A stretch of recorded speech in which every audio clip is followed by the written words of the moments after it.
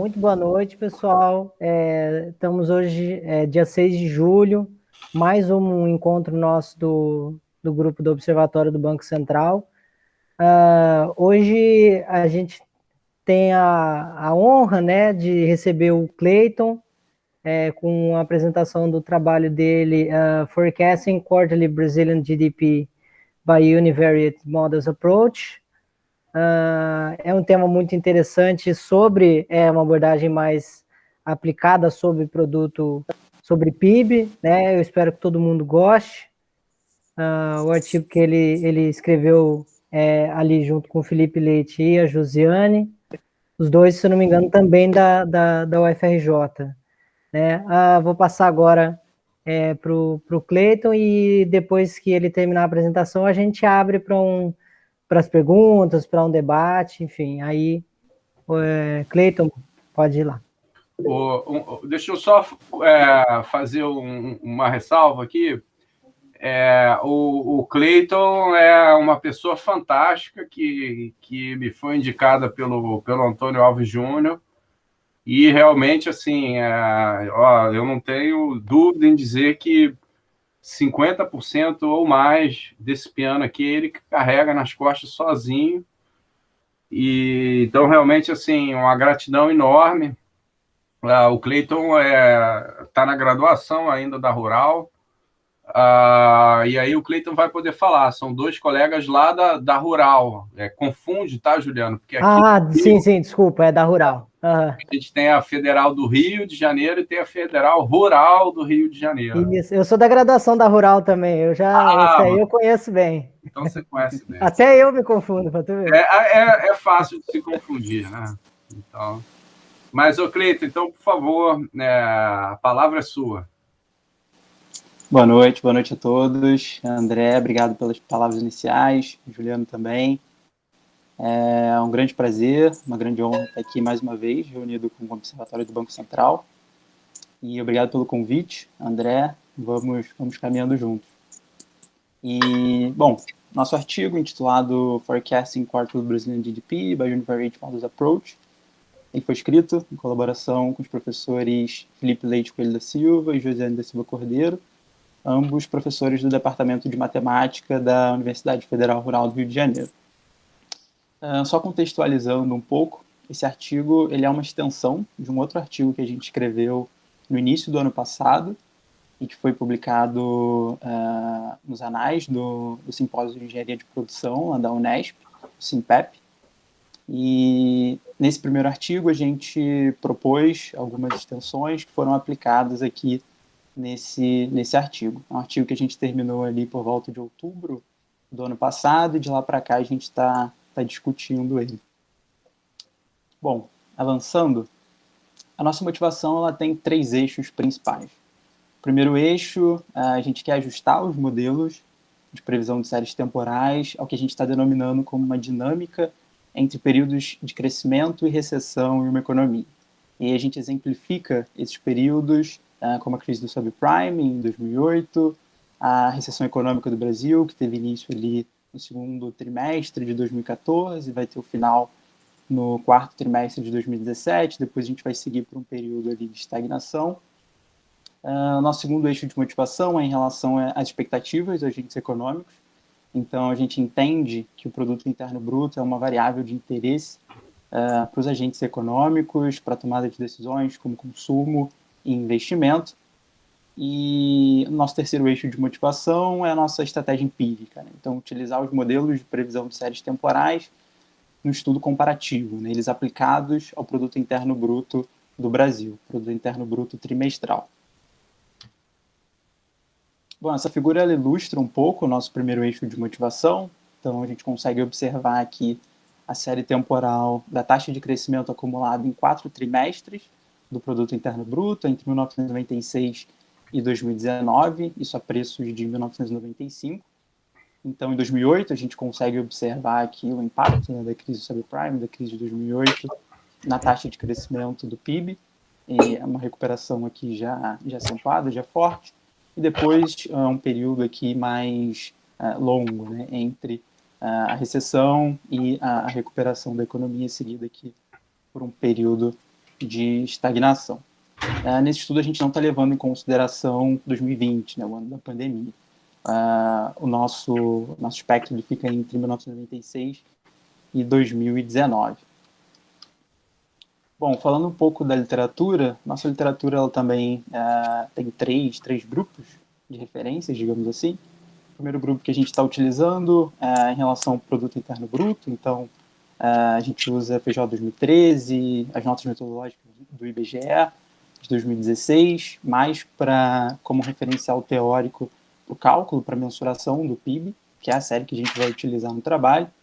E aí a gente utiliza também Blanchard 2010 para alguns conceitos macroeconômicos mais simples, e um referencial alternativo que a gente está propondo é Diton 2017, né, para mostrar também as limitações da utilização do produto interno bruto como uma variável explicativa para outras questões, como desigualdade e esse tipo de coisa. Então, Diton 2017 vai propor essa discussão da limitação do PIB. O segundo grupo de referências é em relação aos modelos que nós estamos utilizando. Então, nós utilizamos 3 classes de modelos nesse trabalho: os modelos clássicos, os modelos de estado-espaço, e aí dentro dos modelos de espaço-estado a gente utiliza o modelo linear dinâmico bayesiano, e nós também utilizamos a classe de modelos de redes neurais artificiais. Então, as referências de modelos clássicos, a gente também utiliza referencial teórico já bem consolidado na literatura, Copperthwaite 2019, Moretti 2018, mais para o caso brasileiro, e Holt-Winters ali em 1957, 1960, para o método de Holt-Winters, que é um método de visualização exponencial. Para os modelos lineares dinâmicos, a gente está utilizando o Ash-Harrison 97, porque a gente utiliza uma abordagem mais bayesiana dos modelos lineares dinâmicos, e Petris 2010 para aplicação desses modelos. Então, o pacote Petris 2010. E para redes neurais, a gente também utiliza um referencial teórico que tem muitas aplicações na literatura. Heinemann 2018 e Heinemann 2001. Tratando agora dos trabalhos aplicados, né, dos trabalhos que utilizam esses modelos para a previsão ou do PIB ou da taxa de crescimento do PIB, a gente observa que para essas 3 classes de modelos, tanto para os modelos clássicos, a gente tem uma literatura, um referencial teórico recente e bastante diverso. Então a gente pode citar aqui Silva 2020, que é um trabalho que está publicado na Revista Brasileira de Estatística, que ele faz um estudo comparativo entre modelos ARIMA, SARIMA, e ele utiliza um SARIMAX também. Se eu não me engano, ele considera um SARIMAX uma variável exógena, que, se eu não me engano, é o índice de confiança do consumidor. A gente tem aplicações também dos modelos clássicos, né, dos modelos Box-Jenkins para outros países, como Egito, Índia, Quênia. Para os modelos de estado de espaço, a gente também tem uma literatura bem diversa e recente, que faz aplicações para diferentes países. E para os modelos regionais, a gente também segue no mesmo caminho. Então, o nosso trabalho ele busca se posicionar na literatura como uma interseção entre esses 3 grupos de trabalhos, uma vez que a gente está propondo um estudo comparativo que envolve essas 3 classes de modelos. Então, essa é a maneira que a gente tenta posicionar o nosso trabalho na literatura. Falando um pouco de metodologia de dados, então, tanto a modelagem matemática como estatística, de apresentações gráficas, a gente desenvolveu utilizando a linguagem de programação R, e a nossa base de dados é o sistema IBGE de recuperação automática, né, o SIDRA. Aqui, produto interno bruto, cálculo do produto interno bruto, né, bem simples. Então, dado que a gente tem a identidade contábil, renda igual a produção igual a despesa, a gente calcula o PIB pela ótica da despesa para construir a nossa série. Então, a gente agrega consumo das famílias, gastos do governo, investimento, e aí entendendo por investimento, formação bruta de capital fixo e variação de estoques, e as exportações líquidas. Então, a gente agrega essas variáveis capturadas do SIDRA e chega na nossa série temporal. Então, essa é a série que a gente está analisando, o Produto Interno Bruto Trimestral Brasileiro, entre 1996 e 2019. A gente consegue observar, né, essa série está a preços de 1995, a gente consegue observar aqui o choque da crise de 2008, a gente consegue observar o período de recessão iniciado aqui em 2014. E aí, quando eu for apresentar os resultados, eu mostro como a gente separou os dados entre conjunto de treino, conjunto de teste, onde nós colocamos o nosso corte para o conjunto de teste. Falando rapidamente sobre os modelos, então, o primeiro modelo que a gente utiliza é o método de Roach-Winters. O método de Roach-Winters ele tem dois outros métodos, né? O método aditivo e o método multiplicativo. O método aditivo considerando na série uma sazonalidade aditiva e o método multiplicativo uma sazonalidade multiplicativa. Então, para ambos os métodos, a gente tem 3 equações de suavização, uma equação de nível, uma equação de tendência, uma equação de sazonalidade e uma equação de previsão. Então, no método aditivo, a gente faz aqui uma soma entre as equações de nível, tendência e sazonalidade, considerando aqui o H como nosso horizonte de previsão, né? Quantos passos à frente a gente está prevendo. E no método multiplicativo, o que a gente faz é uma multiplicação do nosso termo de sazonalidade em relação às equações de tendência e de nível, considerando também aqui o nosso H, né? O nosso número de passos à frente. A gente utiliza também o modelo SARIMA, né, que é um modelo sazonal, autorregressivo integrado de médias móveis. Aqui está uma notação mais simplificada, reduzida do modelo. Então, a gente tem aqui φ minúsculo B, que é o nosso operador autorregressivo simples, considerando aqui B como nosso operador de retardo. φ maiúsculo BS, que é o nosso operador autorregressivo sazonal. Aqui nabla D, que é a nossa diferença simples. Nabla D maiúscula, a diferença sazonal. Θ B, nosso operador de médias móveis simples, θ maiúsculo BS, nosso operador de médias móveis sazonal, e a gente considera um erro aleatório alfa. Então, o modelo SARIMA ele vai considerar também nível, tendência e sazonalidade. Aí o modelo linear dinâmico. O modelo linear dinâmico ele tem duas equações principais, digamos assim. A primeira equação é a equação observacional, e a segunda equação é a equação do sistema. Na equação observacional, a gente observa duas matrizes aqui, que são matrizes de interesse para a gente construir o modelo. A matriz FT, que é uma matriz de regressão dinâmica, e a matriz VT, que é um vetor da variância observacional relacionada ao nosso erro V minúsculo T. E na equação do sistema, a gente tem a matriz GT, que é a matriz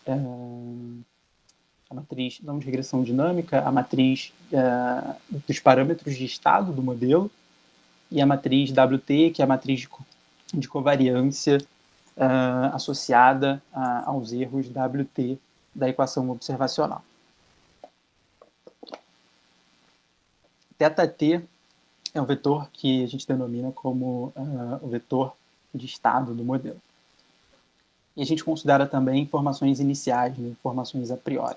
Então, D0 é toda a informação inicial relacionada ao nosso θ0, e ela segue uma distribuição normal, com uma média M0, que vai ser uma média inicial relacionada, que vai definir, que vai representar o nível estimado para a nossa série, e o nosso C0 vai ser a variância inicial, que a gente vai considerar como uma medida da incerteza relacionada aqui com os nossos dados iniciais.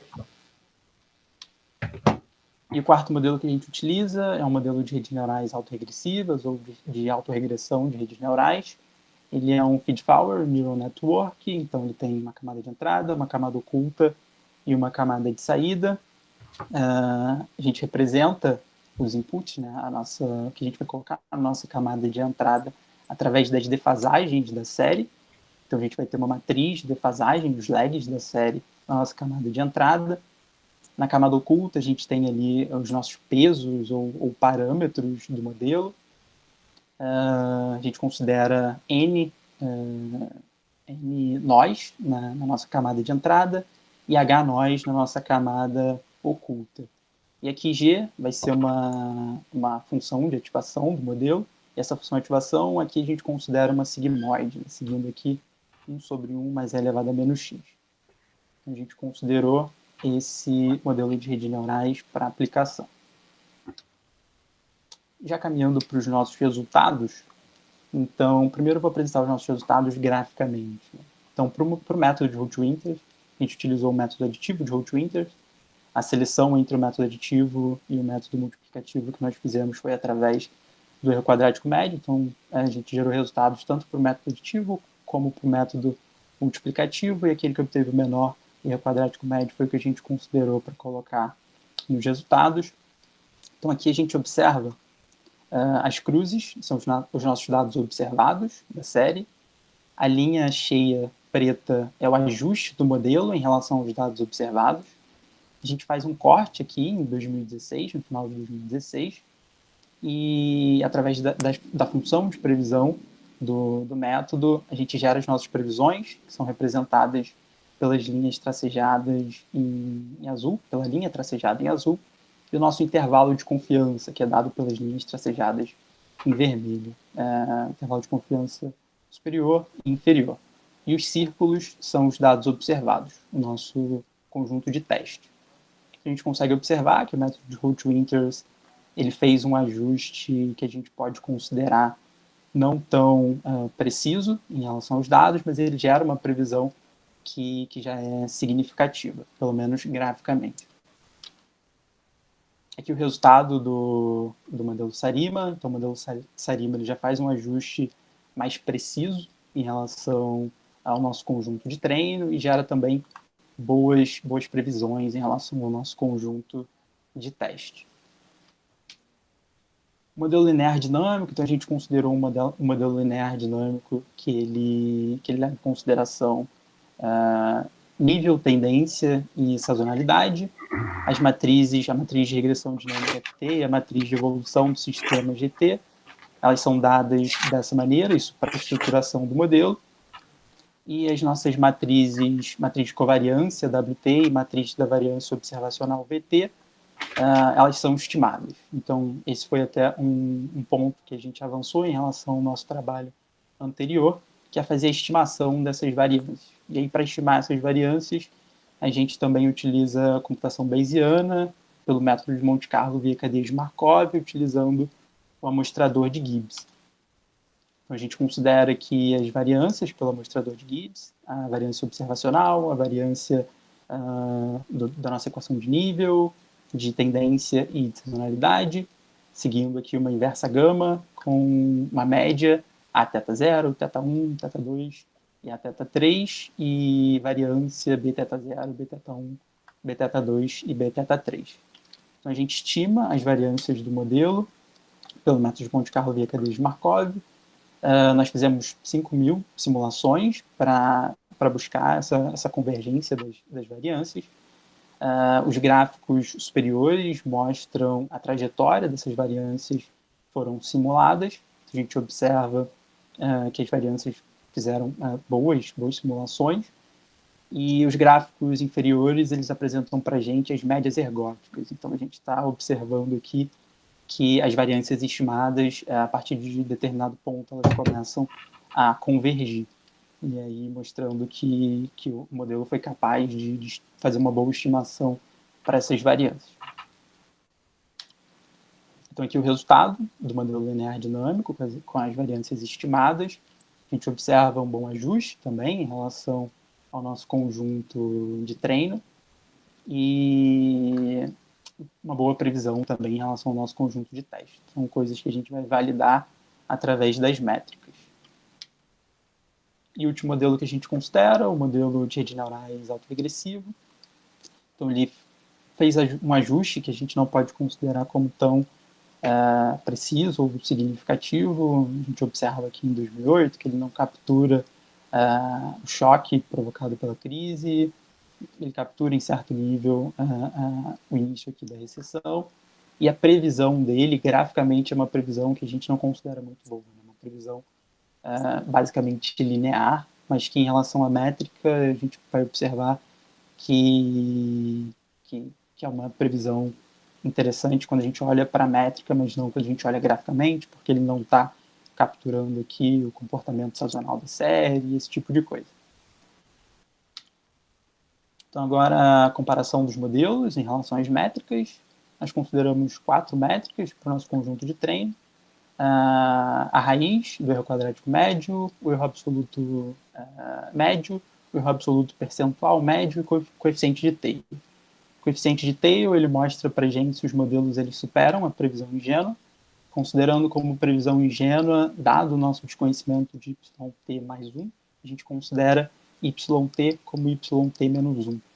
Então, o coeficiente de Taylor menor do que 1, a gente já, pela literatura, a gente já considera como um modelo que supera a previsão ingênua. Então, todos os modelos foram capazes de superar a previsão ingênua para o conjunto de treino. Observando as outras métricas, as nossas métricas de precisão, o modelo linear dinâmico foi o que obteve os menores e logo os melhores resultados em relação ao conjunto de treino, os resultados de ajuste à nossa série.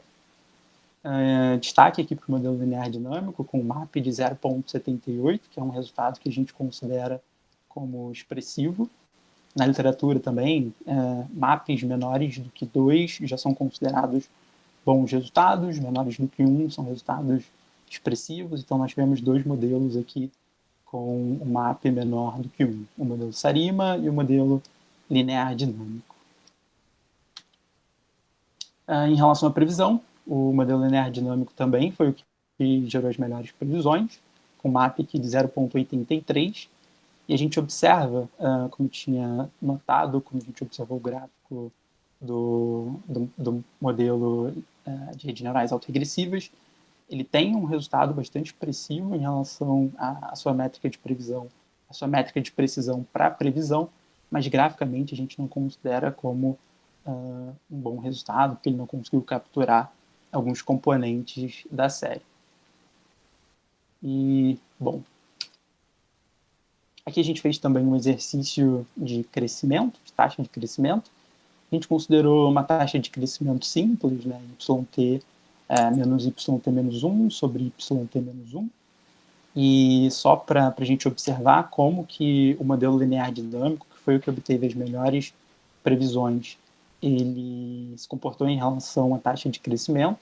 Então, a gente faz essa taxa de crescimento simples para os dados observados, aqui na linha tracejada em preto, e para o modelo linear dinâmico, a linha tracejada em azul, e a gente observa que o modelo linear, a taxa de crescimento do modelo linear dinâmico, ela consegue acompanhar a taxa de crescimento dos dados observados. E concluindo, os nossos resultados, eles mostram que todos os modelos eles superaram a previsão ingênua, e a gente também encontra resultados, evidências que vão corroborar para um resultado de estagnação da economia brasileira no período analisado. Então, os modelos eles previram esse comportamento, e o modelo linear dinâmico foi aquele que obteve os melhores resultados, melhor desempenho preditivo, tanto para o nosso conjunto de treino como para o nosso conjunto de teste. E aí, desafios e extensões. Um desafio é acrescentar, né, aumentar a nossa série para considerar o ano de 2020, que aí é um desafio a gente ajustar, não ajustar, mas a gente prever um evento como o choque econômico causado pela pandemia da Covid-19. Talvez para ajuste a gente não tenha tantos problemas, uma vez que a gente está considerando em algum nível os dados observados quando a gente faz o ajuste, mas para a função de previsão começa a ficar mais difícil, porque a gente não tem na série nenhum momento que os dados fizeram aquele tipo de comportamento. E aí extensões possíveis se dão pela utilização de outros modelos de redes neurais. Então a gente desenvolveu durante esse ano alguns outros trabalhos de previsão de séries temporais para outras séries, como índices de produção industrial, para indústria extrativa, indústria de transformação, para taxa de câmbio. E nesses trabalhos a gente utiliza o MLP, né, que é o Multilayer Perceptron, o Recurrent Neural Network e o LSTM, que são outros modelos de redes neurais que se mostraram nesses outros estudos que a gente vem desenvolvendo resultados superiores, tanto em relação aos modelos clássicos, como em relação ao modelo de estado de espaço. E aí, esses são modelos, né, o Multilayer Perception, o Recurrent Neural Network, o LSTM, que hoje a gente pode considerar que eles não são mais state of art em modelos de séries temporais de redes neurais, mas ainda assim são bons modelos, conseguem gerar resultados satisfatórios. E, bom, é isso. Agora, agradecer mais uma vez, professor Felipe, professora Josiane, pela colaboração, professor André, pelo convite, e fico aberto para dúvidas, questionamentos, algum equívoco que eu possa ter cometido. E é isso. Boa noite a todos e obrigado pela atenção.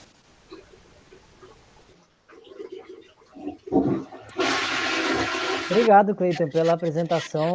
Realmente o artigo ficou muito bom, a apresentação também bem concisa, mas também bem completa, para a gente ver assim, né, cada um dos modelos.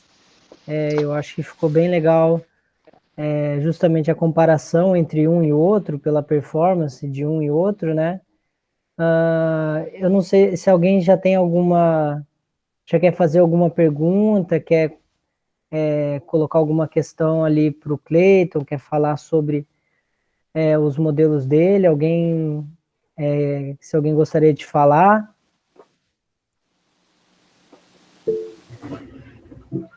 Acho que o André quer falar alguma coisa. Sim, obrigado, Juliano. Obrigado, Cleiton. Uma apresentação bem, eu diria uma apresentação canônica, né, de um artigo em um congresso, né? Você deve ter feito em 15, 20 minutos no máximo, bem direto ao ponto.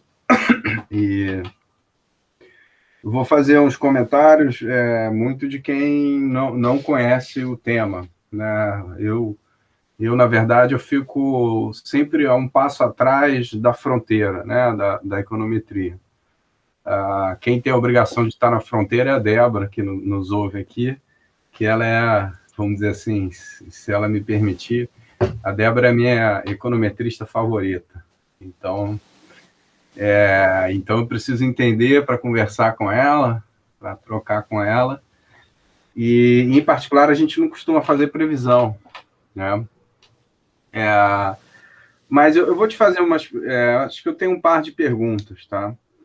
Primeiro, uma pergunta que eu acho que qualquer parecerista vai fazer, imagino que você tenha a resposta para isso, tá? E aí vou fazer as duas perguntas e depois você responde, por favor. Por que a amostra começa em 96? Aí imagino que seja disponibilidade de dados, mas de qualquer jeito é sempre muito, muito importante você deixar isso muito claro, né? O porquê da seleção da amostra.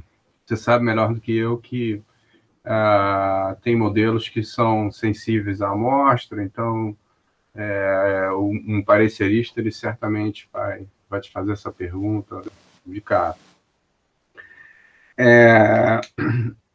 Aí, segundo, eu tenho uma observação, né? Você pode voltar lá para a série, porque realmente é só mais um comentário, né? A recessão de 2015 foi um negócio brutal, né? Uma coisa assim. Eu sei que não é o seu objetivo, né? Mas esse dado ajuda a gente ver, né? Que foi muito pior, né? Foi muito. Você está aí, você tem o 2008, né? Porque seria muito interessante se você tivesse uma série mais longa, né?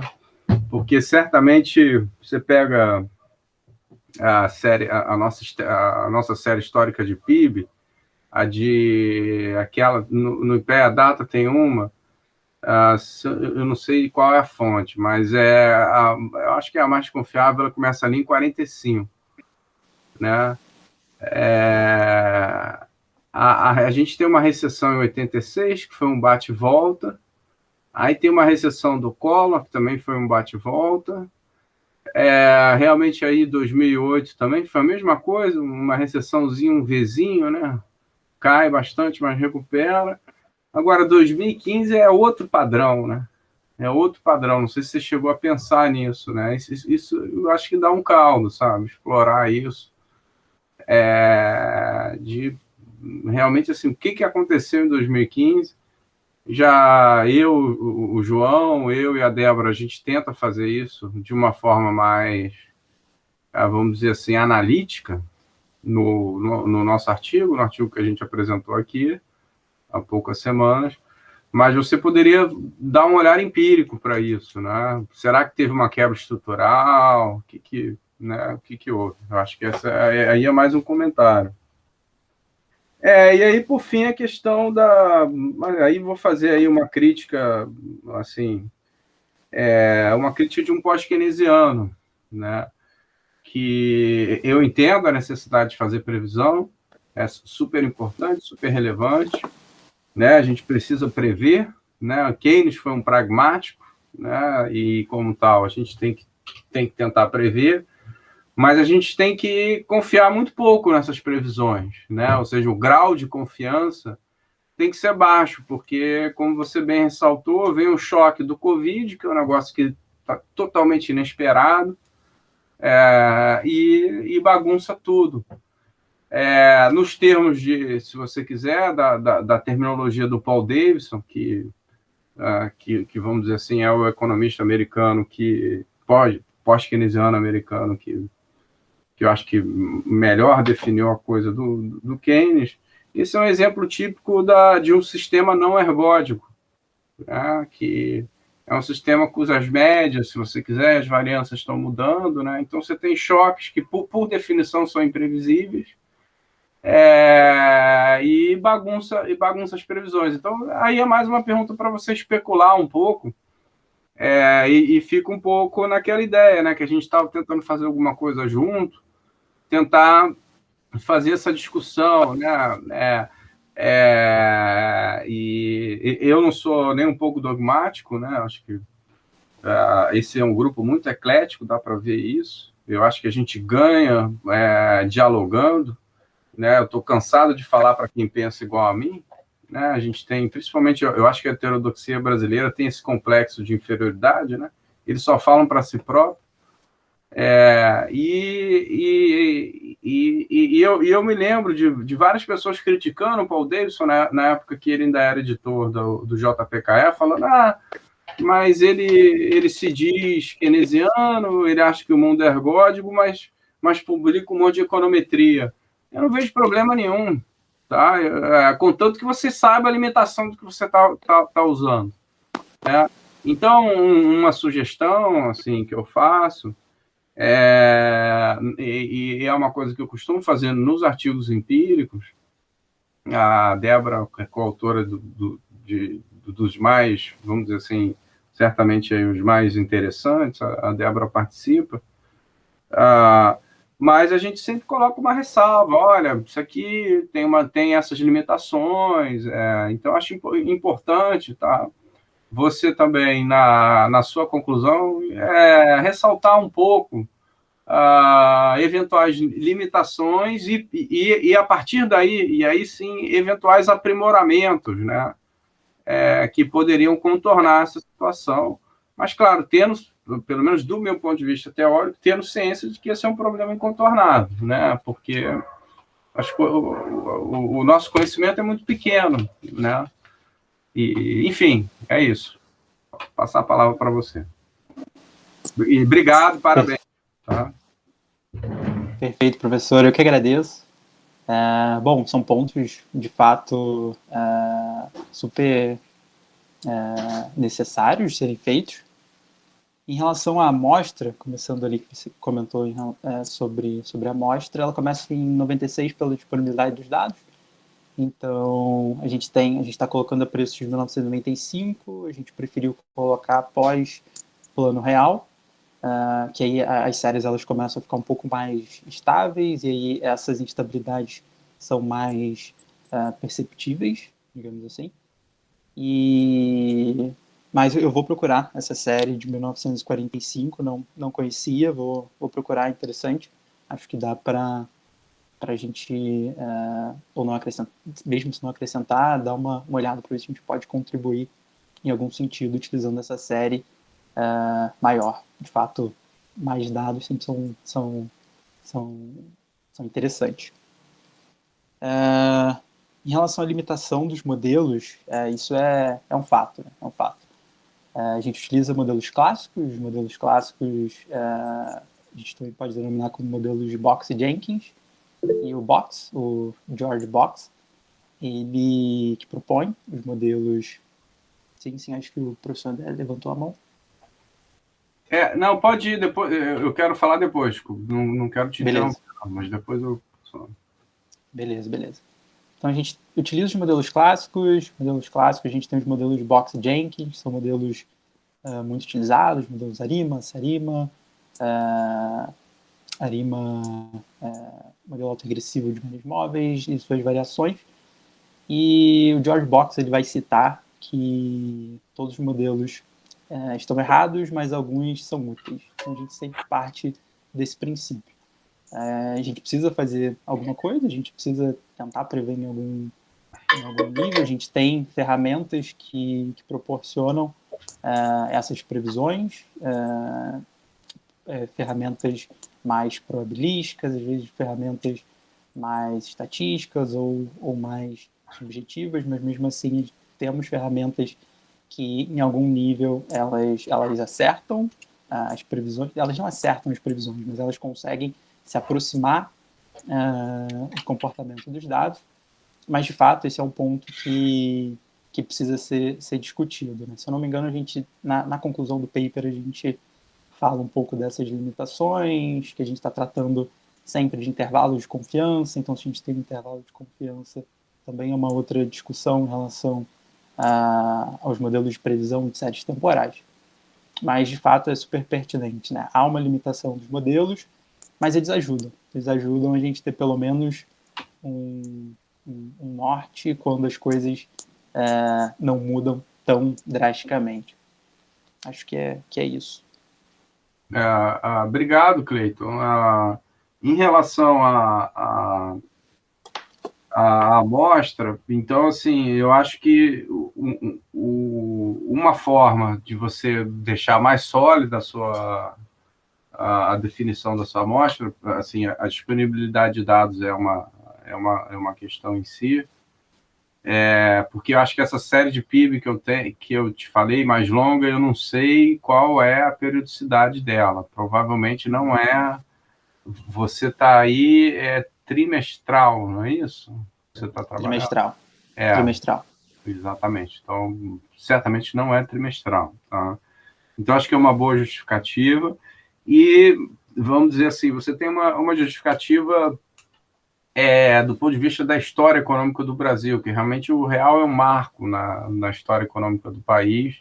São duas economias distintas. Se você quiser, você chama isso de uma quebra estrutural. Né? Então, você tem aí... são duas lógicas diferentes, e aí eu acho que é totalmente justificável você começar em 96. E aí, como o real foi adotado meados de 94, então, em geral, quando eu vou fazer alguma coisa, ou eu começo em 95, mas em 96 você pode argumentar, claro, facilmente foi uma quebra estrutural muito relevante, e aí a coisa até, vamos dizer assim, aí ficou tudo bagunçado, e a coisa vamos dizer assim, se estabiliza, se organiza a partir daí. Tá? Então, acho que se justifica bem. E aí agora uma dúvida. Você já tem um periódico para submeter? Porque essa também pode ser uma pergunta indiscreta. Se for, não precisa falar, mas é mais com o intuito de ajudar aí. Vocês estão pensando em algum lugar? Bom, o que vocês têm em mente? Hoje ele está submetido no periódico e a gente está esperando o resultado. Ele já está uns 2 meses, 3 meses. Tá. Isso, a gente só está esperando o resultado. Maravilha. Parabéns, show de bola, Cleiton. Muito obrigado, meu querido. Eu que agradeço, professor. Me chama de André, cara. Aqui não tem professor, não. André. E eu nunca fui seu professor, então, porra, você não pode me chamar de professor, não. Verdade. Você não tem esse direito, você não tem nem esse direito. Verdade. Vamos lá, Débora, você tem que fazer uma pergunta, Débora. Me desculpa aí. Você aqui é a que mais entende desse negócio, cara. O Tarcísio também tem a obrigação de falar alguma coisa, porque são vocês dois aí que entendem dessa bagunça aí. Não, eu não. Também não, como você falou, essa coisa de previsão não é muito nossa praia. De responsabilidade.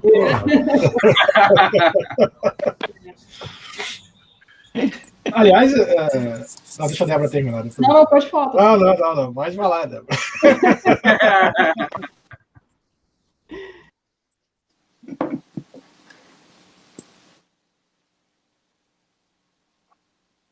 O Antônio chegou agora, vai fazer uma pergunta.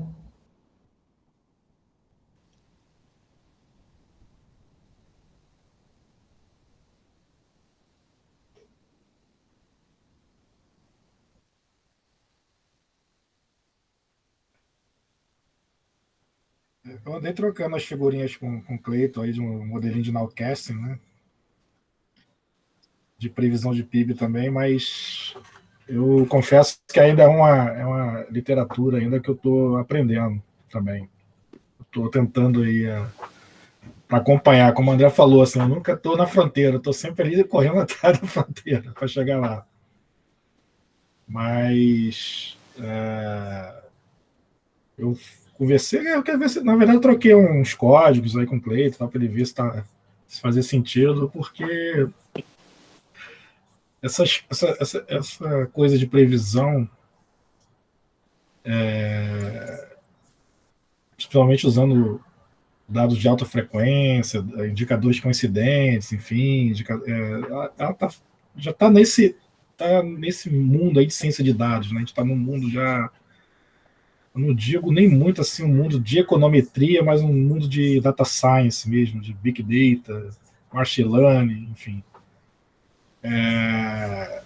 E aí eu também me aventurei nesses modelos de redes neurais, enfim, mas ainda estou num estágio bem aquém ainda do nosso amigo Cleiton, mas é uma coisa que é interessante, embora a gente realmente tem que ter um pouco de cuidado, é um modelo de curto prazo, né? A verdade é essa, você não consegue ir muito além.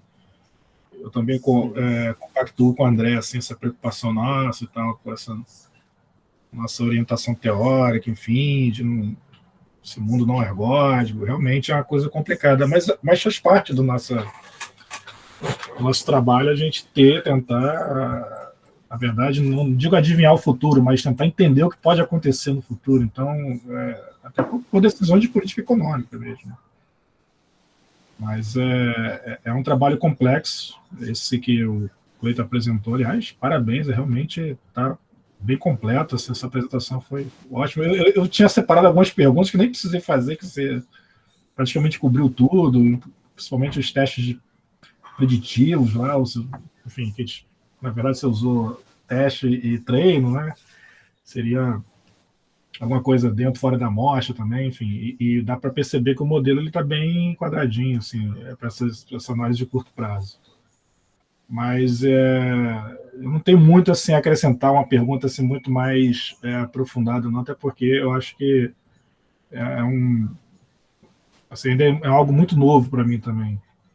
Eu ainda fico muito naquela coisa da análise, né? Tentar entender o porquê que aconteceu, o que está explicando aquilo, mas também, ao mesmo tempo, eu acho importante, principalmente quem trabalha em mercado, né, seja financeiro ou não, os economistas que trabalham um pouco fora do mundo acadêmico, eles estão muito mais preocupados em entender a dinâmica e tentar fazer previsões, seja para estratégias de venda, de negócio, seja para estratégia de investimento, seja... Então, previsão é importante, sim. De fato mas é aquela coisa, né? Então, assim, ela também tem suas limitações, e eu acho que o que o André falou é interessante. Você tem eu não li o seu paper ainda, você submeteu, mas mostrar ali que tem essas limitações, são pontos fracos, não é que são pontos para serem questionados, mas é que você tem até um certo limite onde você pode ir com esse estudo, né? Porque é muito comum no mercado, principalmente no mercado financeiro, posso falar, as pessoas fazem projeção sem critério algum, né? Tipo, é isso, virou dogma, é isso que está valendo, é isso que vale, e se formar um consenso, ferrou. Então fica valendo vamos dizer assim, essa profecia autorrealizável, né? Então, muita gente não tem muito cuidado com isso. E eu vi que você tem muito cuidado aí na sua apresentação, no seu estudo. Tá de parabéns. Aliás, é um orgulho ter você entre nós, de fato, concordo com o André, reforço aí as palavras do André. Você realmente terá aí um futuro brilhante, eu tenho certeza disso, Cleiton. Parabéns aí. Obrigado, Tarcísio.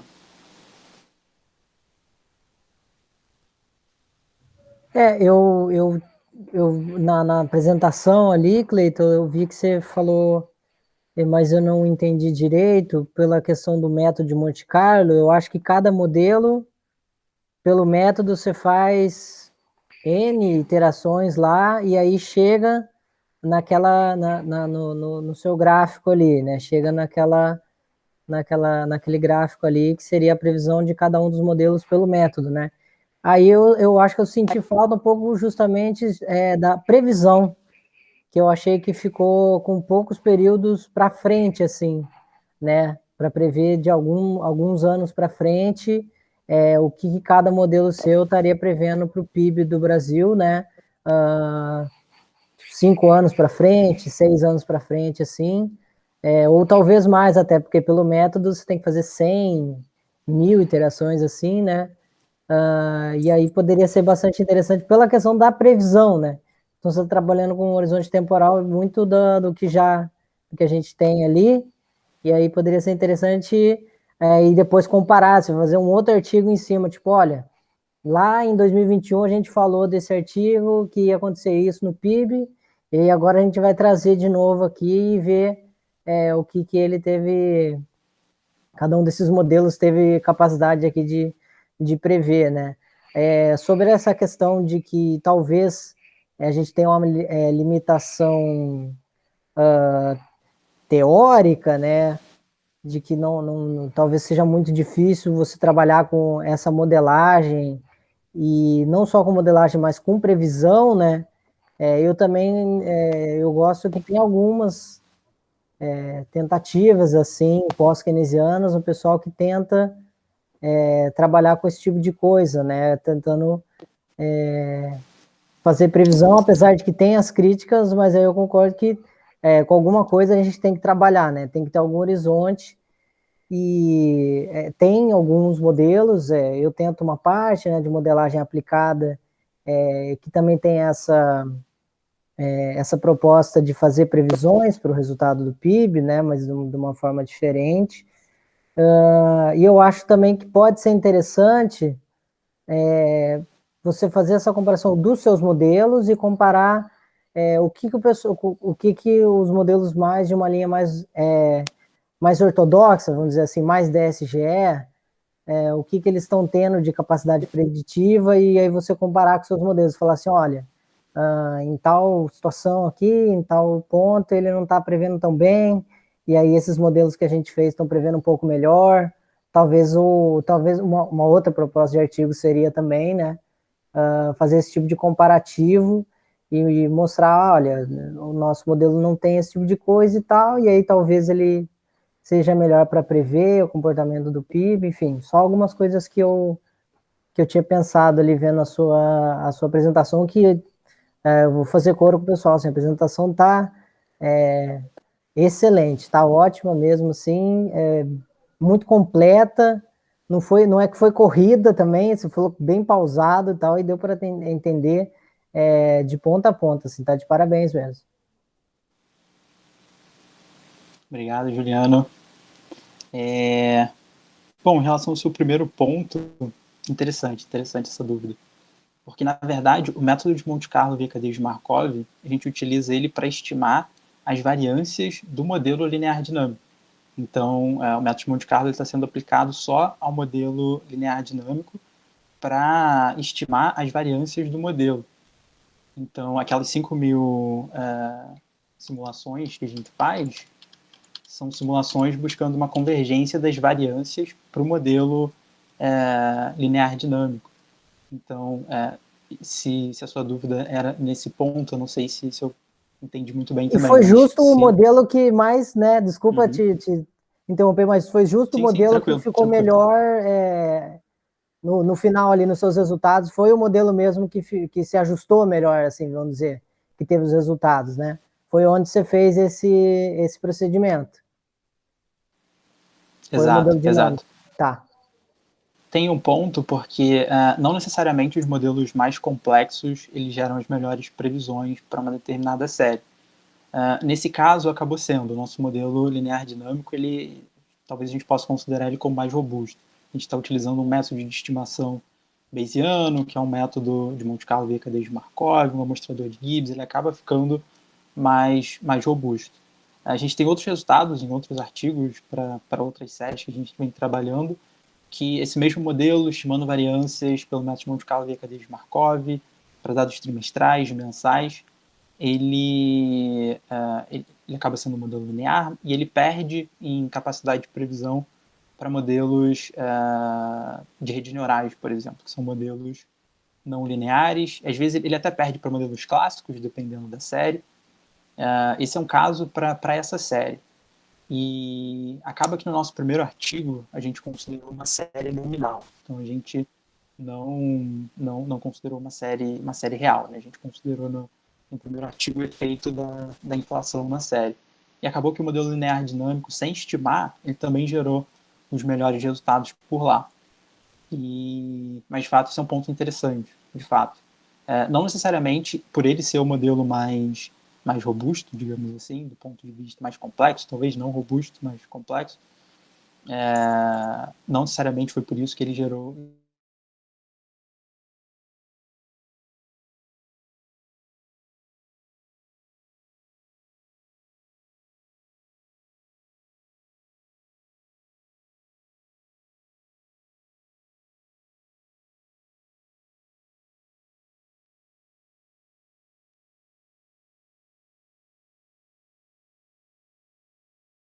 Eu não sei se travou aqui para mim ou se... Travou também aqui para mim. Eu acho que o Cleiton... caído. Acho que o Cleiton deve ter dado uma travada. Mas muito, muito interessante, né? O Cleiton é um cara, assim... O Cleiton é um cara fora da curva, né? É impressionante que ele está na graduação ainda, né? Na graduação, e já está com essa produção toda. O cara, assim... Eu falei, ele está querendo fazer uma pós com uma galera muito boa, que é a galera da engenharia elétrica lá da PUC. E, na verdade, eu aprendi econometria com o Cristiano Fernandes, que é um físico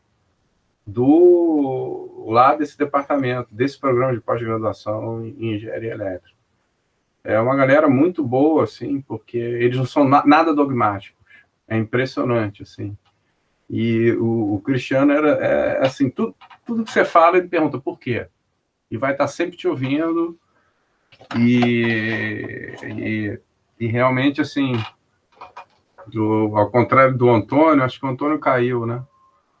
O Antônio... É que o Antônio, ele está violando a lei básica da física, ele tem participado de 4, 5 reuniões ao mesmo tempo. Então, ele aparece assim, dá um alô e sai fora. Mas aí eu estava indicando o Cleiton, né? Reforçando aí, poderia dar uma carta para ele, eu fui aluno do Cristiano, ou então eu encaminhei ele para o IMPA, eu acho que ele tem que ir para o IMPA. Salve, Cleiton, voltou? Tá sem áudio.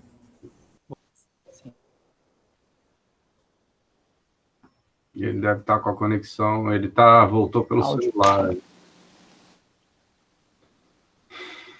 Alô, voltou? Opa, voltou. Lady Murphy, né? Alô, estamos te ouvindo.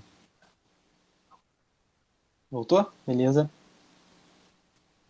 Eu estava comentando aqui, Cleiton, que você está sobre o teu futuro aí. Realmente, cara, você é um cara muito especial. Você tem aí que escolher aí o teu caminho e seguir, cara. E é o que eu falei com você mais cedo, já tá dando certo, né?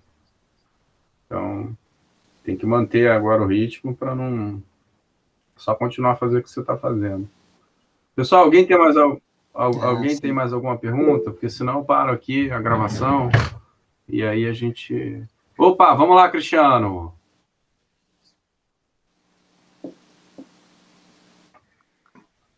Agora acho que vai microfone. Boa noite a todos, pessoal. Em primeiro lugar, parabéns ao Cleito, trabalho excelente. Muito, né, bastante fôlego aí, já com a graduação, já com todo esse conhecimento. O pessoal que me conhece sabe, eu não sou especialista de Brasil, né? Meu foco mais é economia internacional, mas, então, o que eu poderia complementar aí é só, vamos dizer assim, como seus trabalhos futuros, você está pensando eventualmente em incluir o período aí do Covid, né? Tem toda essa questão, como o André já comentou, nessa questão das quebras estruturais, né? Ocorreu lá em 94, Plano Real, agora eventualmente 2015, mas o período de Covid é um período importante nesse sentido e tem essa limitação aí que talvez estaria dificuldade. Você aborda muito bem a questão das sazonalidades aí, né? Usa o Sarima, métodos diferentes, né, de estimar a sazonalidade, mas isso aí é uma questão, essa questão do Covid mexeu com os dados, um dos dados no mundo inteiro, tá? Departamentos de estatística aí se virando para poder tentar estimar, né, que forma ia acontecer, né, quanto tempo, quantas semanas iam ficar fechadas, enquanto isso ia bater na atividade, uma série de efeitos que realmente assim, a dispersão das projeções aumentou exponencialmente, e então realmente, como o André já colocou aí, além de toda a incerteza, né, do ponto de vista teórico, mas a gente viu isso na prática, como é que acontecia, e então, fica a minha sugestão aí, caso você queira avançar para o período do Covid, o box do relatório de inflação de junho de 2021, que trata um pouco da questão da sazonalidade, como é que o Banco Central fez para estimar, vamos dizer, como é que fica o convencional, né, vamos dizer assim, considerando com e sem os efeitos do Covid-19, o que aconteceu com a sazonalidade no PIB do Brasil. São ajustes grandes, consideráveis. A gente vê, até como o próprio Antônio tinha comentado aí, muita coisa também a gente está tendo de efeitos base, né? Então, falar que, sem querer entrar, vou cobrar muito no Brasil, mas se falar o crescimento 5%, mas vem de um buraco de 4%, então falar que cresceu 3% é só carry over, então, na verdade, não está crescendo lá grandes coisas, enfim. Mas, caso você, né, deseje pegar esse período mais recente, ou mesmo futuramente, vamos dizer que seja 2023, 2024, incluir o período 2020 e 2021, tem esse cuidado com esse período e de repente, essa questão da sazonalidade que está no box vai poder te ajudar a filtrar melhor esse período. É isso. Então, parabéns, sucesso e boa sorte na jornada. Cristiano, obrigado. Tá conseguindo chutar? Tranquilo? Sim. Perfeito. Não, de fato, esse ponto das séries é um ponto muito, muito relevante. Observando as séries, né, tanto séries de indicadores de produção industrial e tudo mais, a gente vê que a pandemia ela impactou, se não todas, grande parte das séries pelo mundo. No Brasil, recentemente eu estava observando os indicadores de produção industrial para diferentes setores, né? A gente tem ali acho que uns 25, 27 setores no indicador de produção industrial, e um ponto interessante era tentar encontrar quais dos setores não tiveram um impacto significativo no ano de 2020, né, por conta da pandemia, e são pouquíssimos. A gente tem talvez um ou dois que a gente não consegue observar na série um impacto significativo. Mas, de fato, esse é um ponto que vai precisar ser tratado com muito cuidado, né? Tanto nas projeções futuras, como em estudos futuros que vão investigar esse período pandêmico, né? E todo o impacto dele na economia. E já salvei aqui o link. Obrigado pela recomendação. Com certeza vou olhar com cuidado. Obrigado.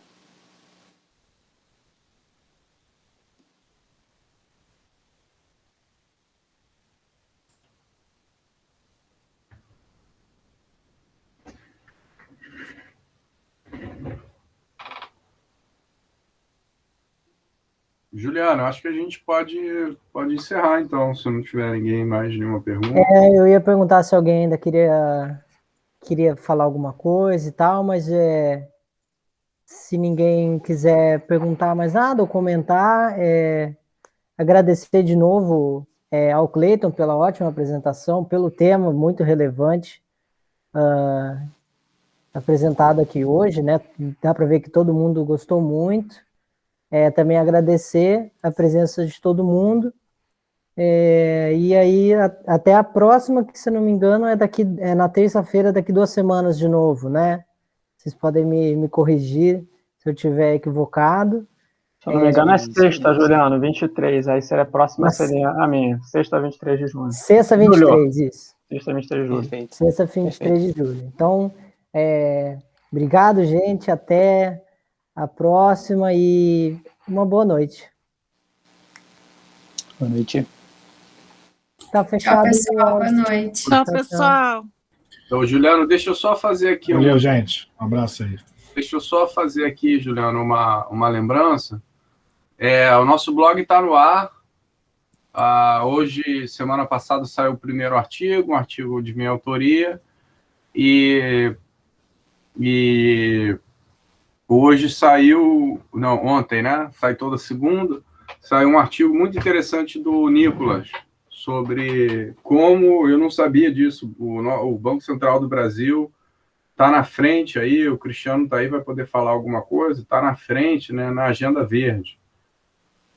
Então, bastante interessante ficar aí essa divulgação aí, e um pedido aí para vocês curtirem nossas redes sociais, tem o perfil do Instagram, o canal no YouTube, e acompanhar o blog também na Carta Capital, né? Ali é um espaço mais amplo de discussão.